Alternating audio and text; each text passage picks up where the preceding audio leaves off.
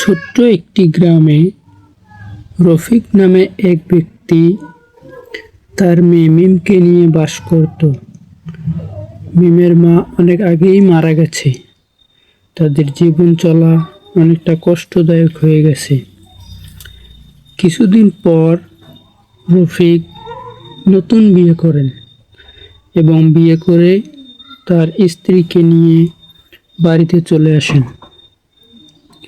নতুন মাকে দেখে মিম অনেক ভয় পেয়েছিল। সে ভাবত সৎ মা হয়তো তাকে ভালোবাসবে না, কিন্তু তার ধারণা ভুল ছিল। সৎ মা সালমা মিমকে অনেক ভালোবাসত, নিজের সন্তানের মতোই দেখত।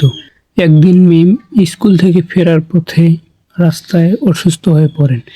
খবর পেয়ে সালমা দ্রুত সেখানে চলে যান এবং মিমকে নিয়ে হাসপাতালে চলে যান। সারা রাত তার পাশে বসে থাকেন এবং খোঁজখবর নেন। মিম ঘুম ভেঙে দেখেন সালমার চোখে মুখে ক্লান্তি এবং চিন্তার ছাপ। মিম অবাক হয়ে জিজ্ঞেস করলেন, মা, তুমি সারা রাত কি আমার পাশে ছিলে? সালমা হেসে বলল, অবশ্যই, আমি সারা রাত তোমার পাশে ছিলাম। তুমি অসুস্থ হলে আমি কিভাবে ঘুমাই বলো? সেদিন মিম বুঝতে পারল ভালোবাসা শুধু জন্মদাতা মায়ের মধ্যেই সীমাবদ্ধ নয়, একজন সৎ মাও সত্যিকারের মায়ের মতো ভালোবাসতে পারে।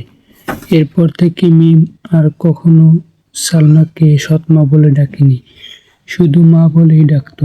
তাদের সংসার ভালোবাসা, সম্মান ও বিশ্বাসের সাথে ভরে উঠল। এসব কিছু দেখে রফিকও বিশ্বাস করতে পারেন নাই যে তার স্ত্রী তার সৎ মেয়েকে এতটা ভালোবাসে। তাদের সংসার আনন্দে ভরে উঠল এবং সুখের হতে শুরু করলো।